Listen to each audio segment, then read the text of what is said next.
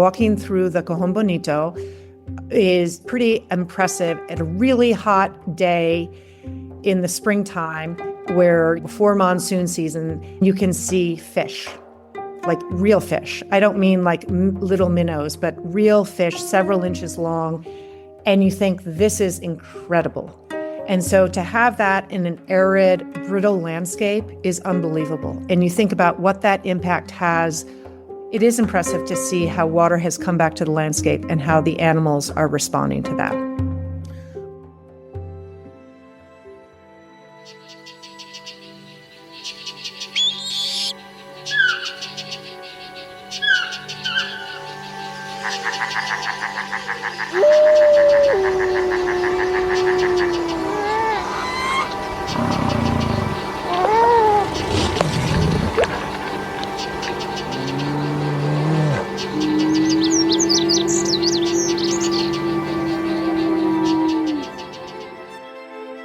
You're listening to the Rewilding Earth podcast. I'm your host, Jack Humphrey. Cuenca Los Ojos, the watershed of the Springs, is a 121,000-acre protected area in the Sky Islands of Sonora, Mexico.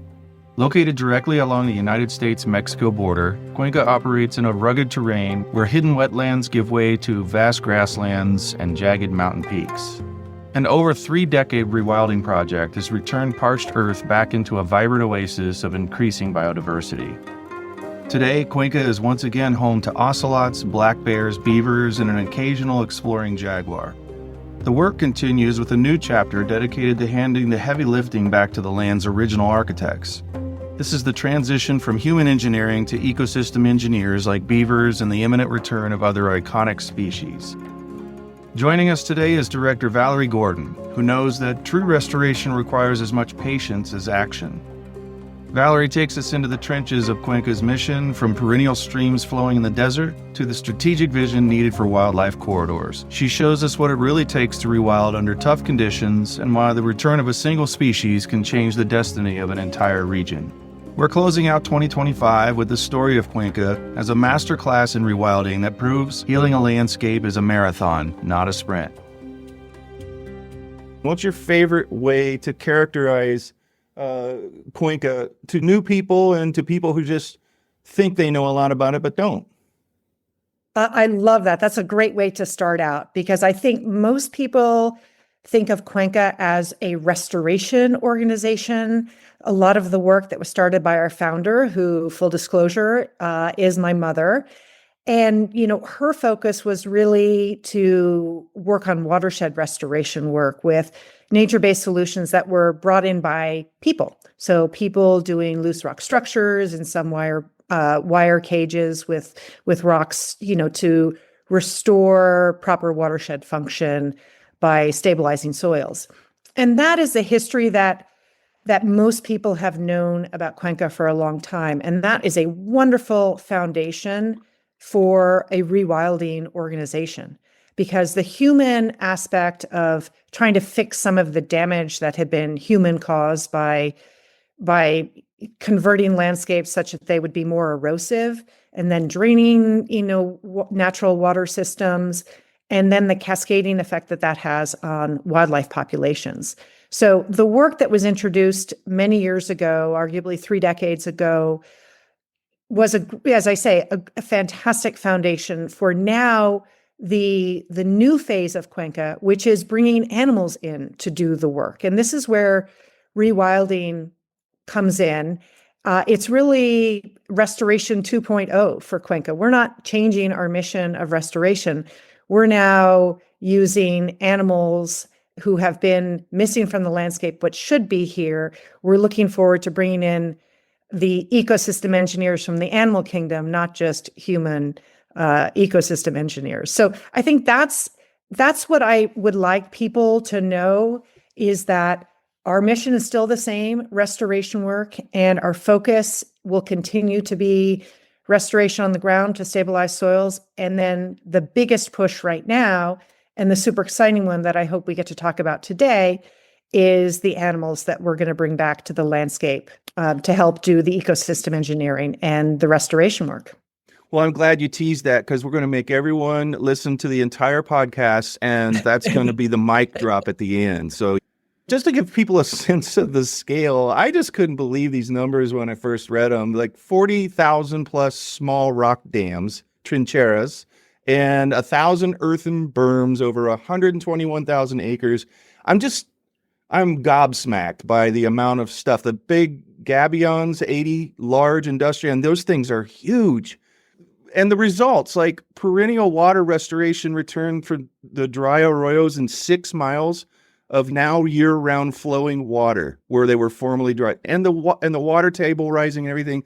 Can you characterize the scale and scope and the effect that all of that has had over the last 30 years? Well, I think the best way to get people to understand it is to come and visit. So I welcome people to come on down, because it really is hard to grasp that until you spend hours walking through this perennial stream in the driest time of the year, and you're like, wait a minute, we're still in water. One amazing thing that I can tell you is that, again, walking through the Cajon Bonito is pretty impressive at a really hot day in the springtime, where before monsoon season, and you can see fish, like real fish. I don't mean like little minnows, but real fish, several inches long, and you think this is incredible. And so to have that in an arid, brittle landscape is unbelievable. And you think about what that impact has all up, the food chain. And all you have to do is look at the prints around the water areas, because in addition to flowing water, we also have, springs and pools of water. So not, some of those do dry up, but it is impressive to see how water has come back to the landscape and how the animals are responding to that. I think not only people should come down and visit you, but they should also visit surrounding areas so that they can really get an idea of how incredible the difference is. If I was visiting, I would really kind of be shocked at, like, is this supposed to be happening? Because most of the rest of everything around you is not like that. Right. Yeah, full disclosure, we definitely have some parts of the reserve that are drier than we would like. We do need to address mesquite and juniper encroachment and things like that. So those are things that we are kind of an offshoot of a good problem to have. Having more water on the landscape does mean that we can have more vegetation come in, but we also need to adapt our management constantly and not get too settled in one way. And so, we are looking at some of that brush encroachment control going forward, because we're now at a point where we're seeing, are some of these places getting a little more choked with vegetation, and is that impeding water flow? So we do want to stay active in our monitoring, in our approaches, and because systems are dynamic and they change, and with climate change, we're getting different forces at play. One thing I can speak to, for instance, we have an agave project that is super exciting, and so we're reforesting agaves, and yet at the same time we've got a weevil that is coming in, and so there are constantly things that are shifting and changing, and we've got to stay on our toes. Restoration can be messy. Yes, restoration is messy. Yes, and caveat, this is not a finished project. It is always a work in progress, right? And that's the thing. When you look at all the stats, just the bees, like the 400 plus bee species, and what that actually means is that you can support 400 species. What does that mean? Like, what has to be there for 400 species of bees to thrive? Well, water is a key thing. And then pollinator plants, that's a really important thing. The other thing is healthy soils and no chemicals. They have a space here that is free of all of that, and water, and a diversity of plants. So that, for example, if one year one of the plants that they would like to be pollinating isn't doing well for whatever reason, that there are countless other species of plants that they can rely on. And I do want to depart from this for just a moment to take you down a little visual path with me. There was one day when we were walking in the Cajon Bonito, and after bushwhacking through a system that has a lot of brush that comes down and big limbs and everything, and we opened up into a wider part of the Cajon Canyon, and there were flowers that were above our head.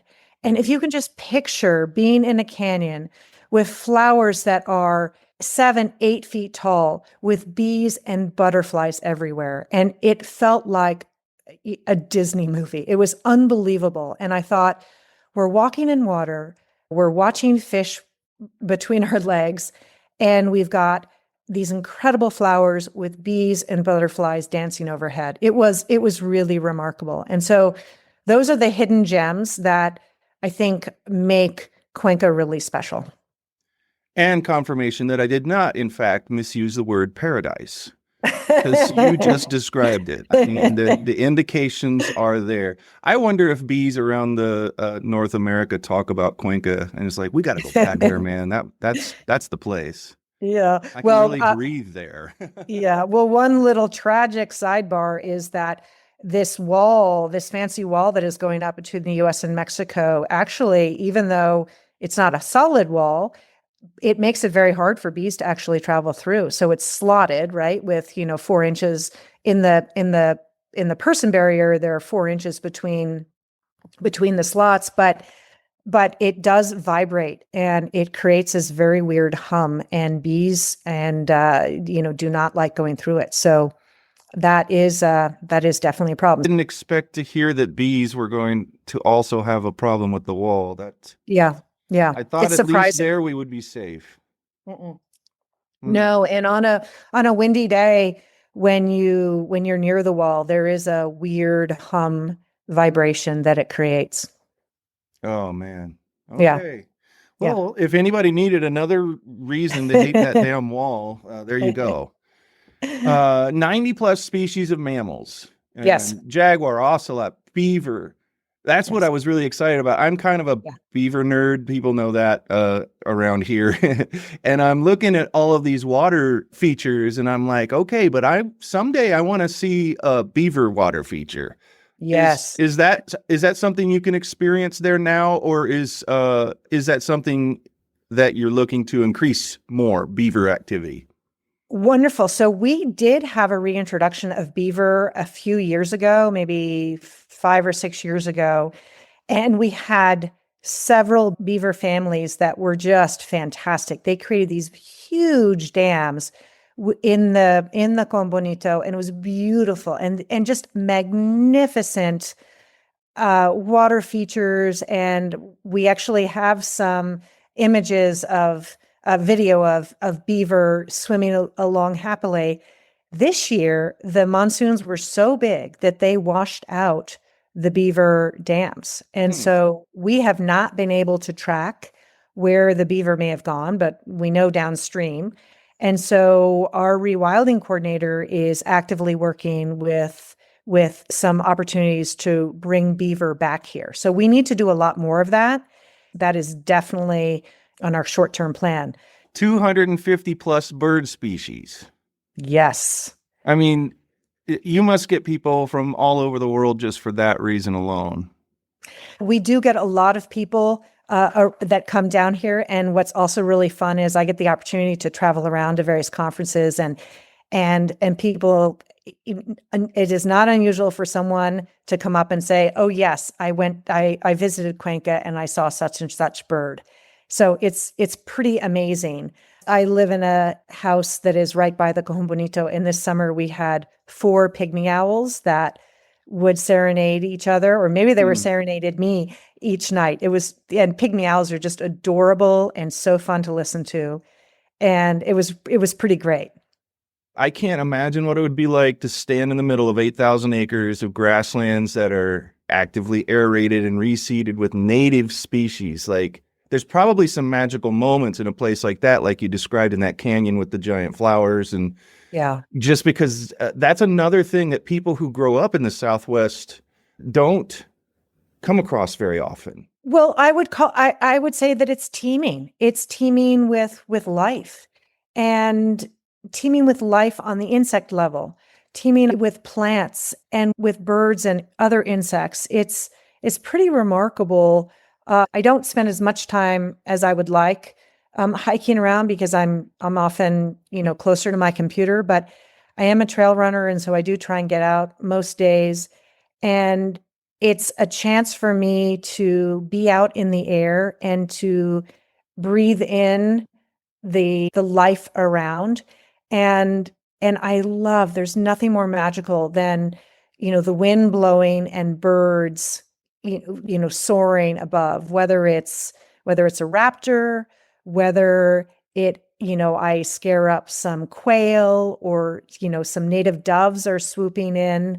Sparrows, of course, in the grasslands are so fun to watch, bounce from area to area. So, and then when you come down to the wetter areas, you get this, just unbelievable display of colors with the cardinals and the vermilion flycatchers and all the yellow birds. Again, I'm getting beyond my species identification Oh no, ability we here, have but we have a lot of birders, but we all appreciate those of us who are not hardcore birders love the yeah, okay, yellow, yellow. I bet yeah. she's got some red Yes. there too.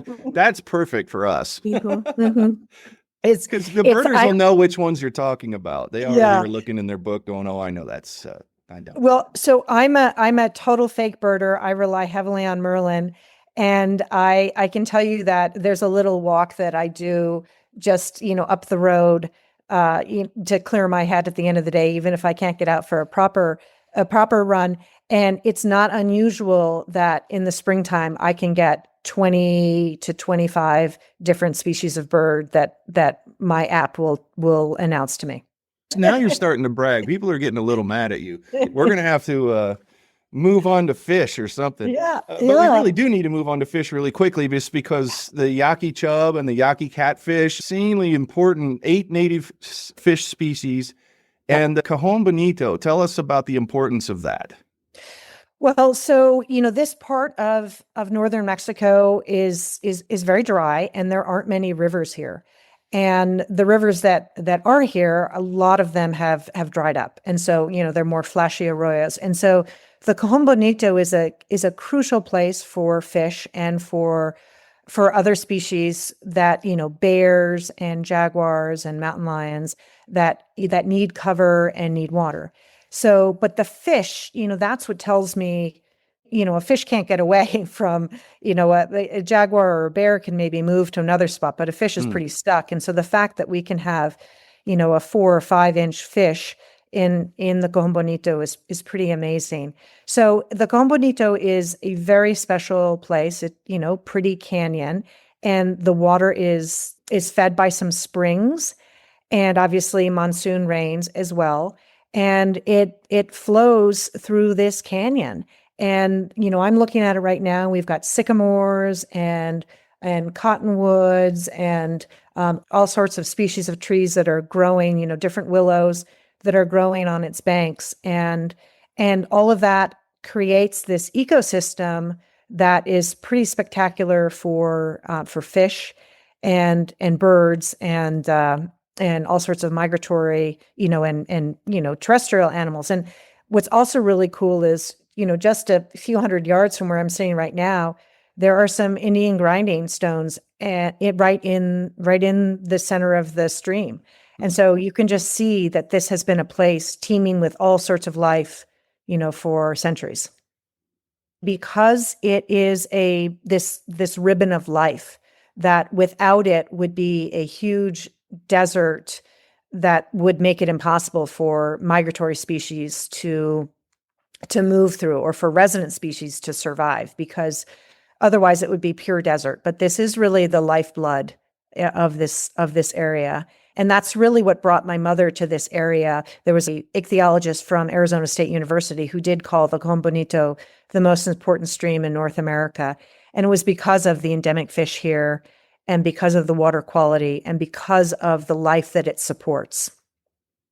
I want to talk about the business of rewilding, but for you, how do you characterize the return on investment and what it means to take a giant piece of land like this and do these things, these restorations? Well, I think the return on investment is hope.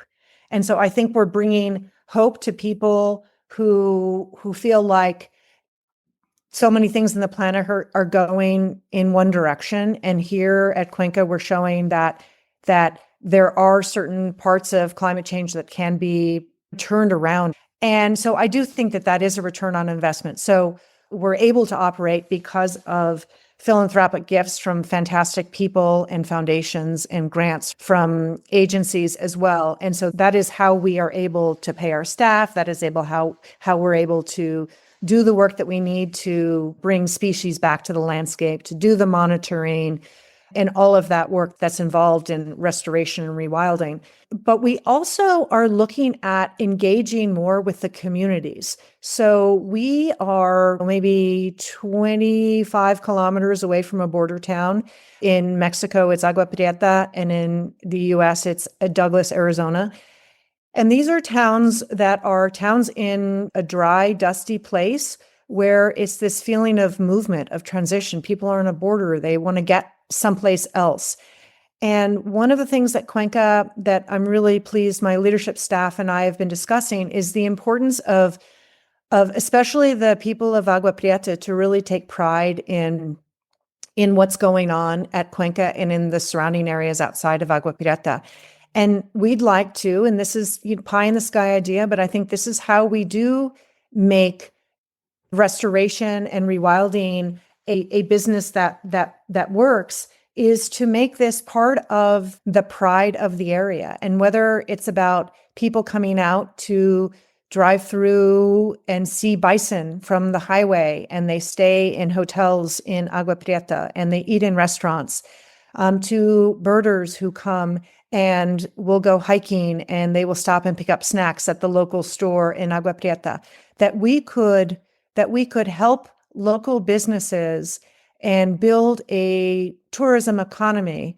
And right now that probably sounds a little bit crazy, but I think we can get there, because getting true buy-in with the community and getting community businesses to start making money off of the rewilding and restoration work that Cuenca is doing is important. We have Route 2, which is a major highway in northern Mexico that goes through the entirety of the reserve.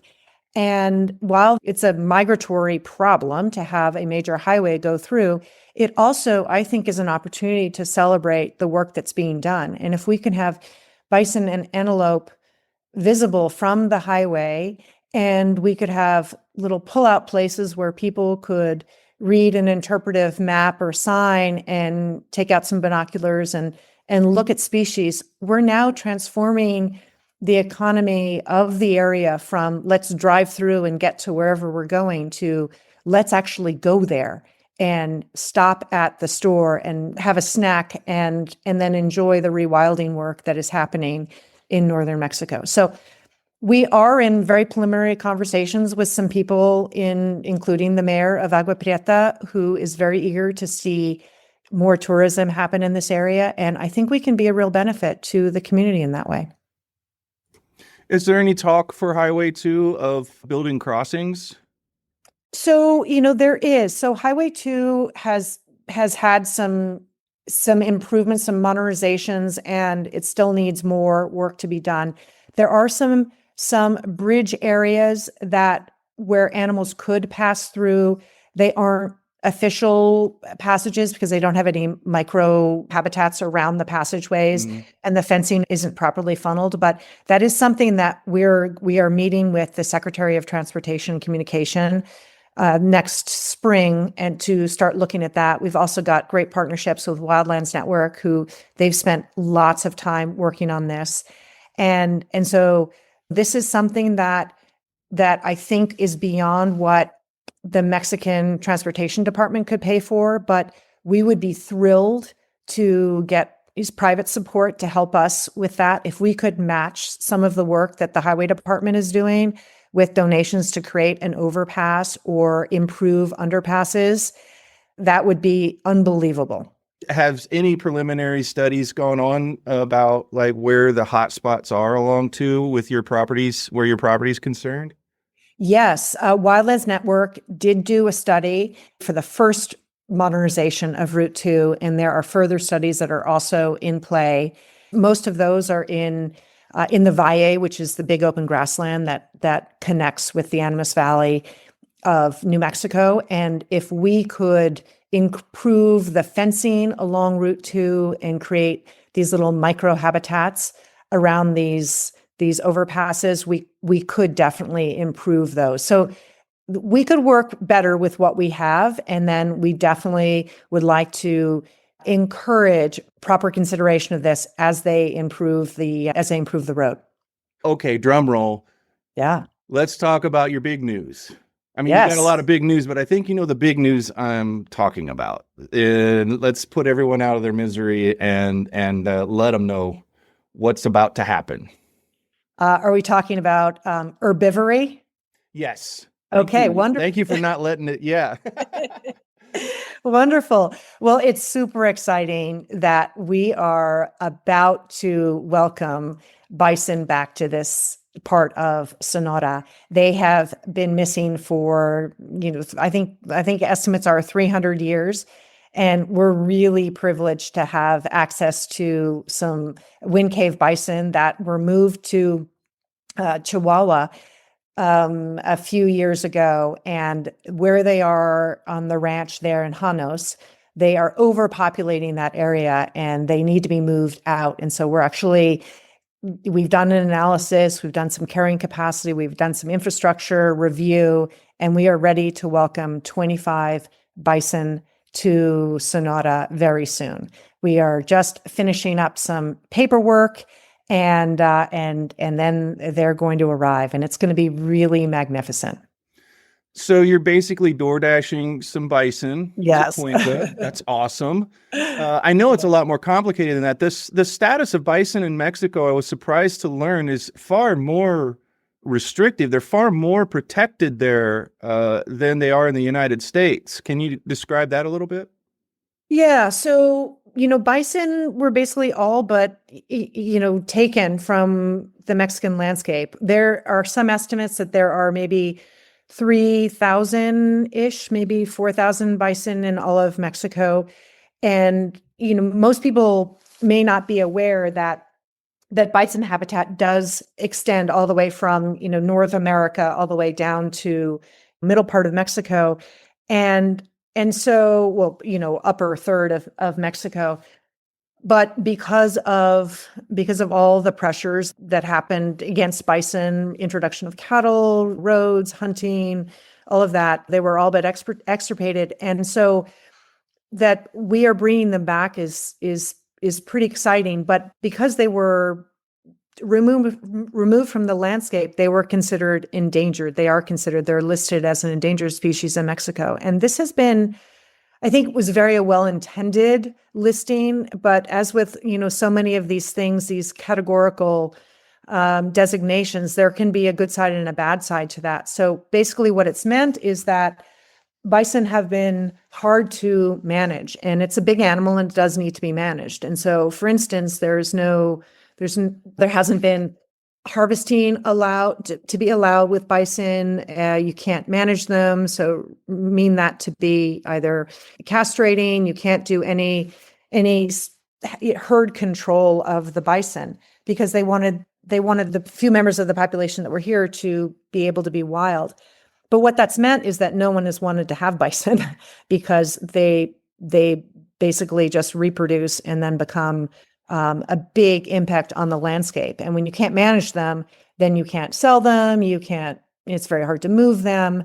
You can't harvest them. And this is a big animal and it doesn't have a huge landscape to roam freely in. And so we've been working with agencies and scientists in Mexico to support the changing of that listing so that it could become a species of special concern, which would still afford it very strong protection.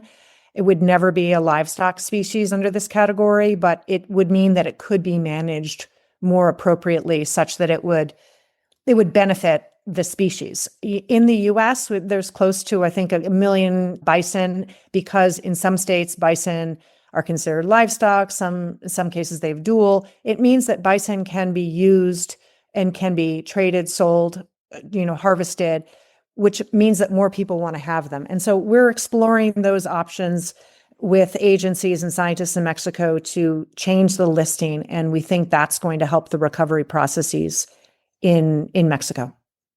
You would definitely be very concerned, I would think, about management on your 8,000 acres of restored grassland.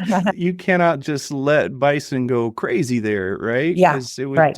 So you've got a lot of infrastructure, biological infrastructure to protect Yes. as you think about all these things. And I bring that up so people can really get an idea of just how, difficult this is. I think it'd be really nice if you could DoorDash a few breeding pairs of jaguars. Sure. Yeah. Well, I think that's the whole key that we plan to do around our rewilding and repopulation recovery of different species, is getting that whole trophic interaction to balance out. So, the key will ultimately be to have natural systems take place so that there is herbivory, there is predation, there are all of these natural processes. So we have a long way to go, and we're starting small. We have a big landscape, and we're starting with 25 animals. And we do have the ability to manage those animals, if we need to move them, share them with other ranches and things like that. And so we're putting our toe in this water very carefully, because we do not want to create an overpopulation of species here. But absolutely, having predator interactions will be really important to balancing the ecosystem functions.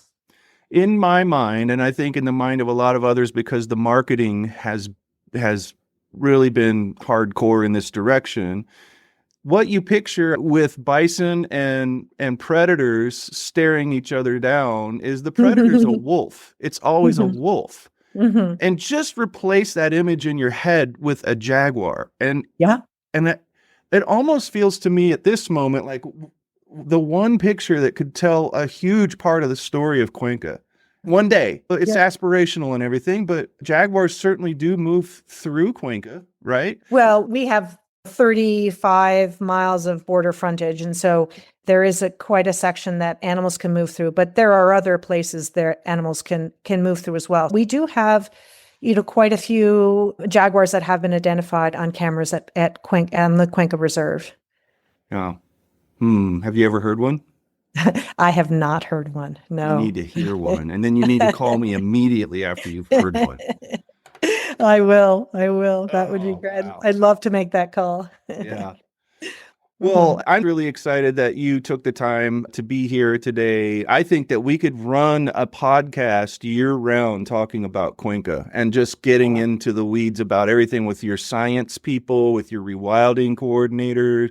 But it is really important that you do these kinds of things and that you are recognized by more and more people as the important place that you are and the work that you're doing, because you need that attention, you need funding.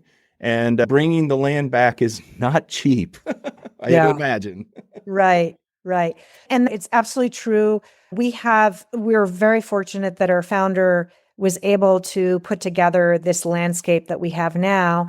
Ideally, would love to, maybe even double the size of the reserve. And we have some promising conversations we're having with funders who are interested in supporting our footprint increase, and so that we can have more room for animals, because we need more prey base. If we're going to start engaging with more predator work, we need to do studies to make sure that we have the prey base, and prey base needs room to run, and so do predators. So we don't want to end up with, it seems like a lot of land and it's a lot to manage, but it's also not a lot. We don't compare to the true rewilding organizations, in South America and even, up north in the States. And so we recognize we do need to grow, either with expanding the reserve, or grow by working with more landowners who want to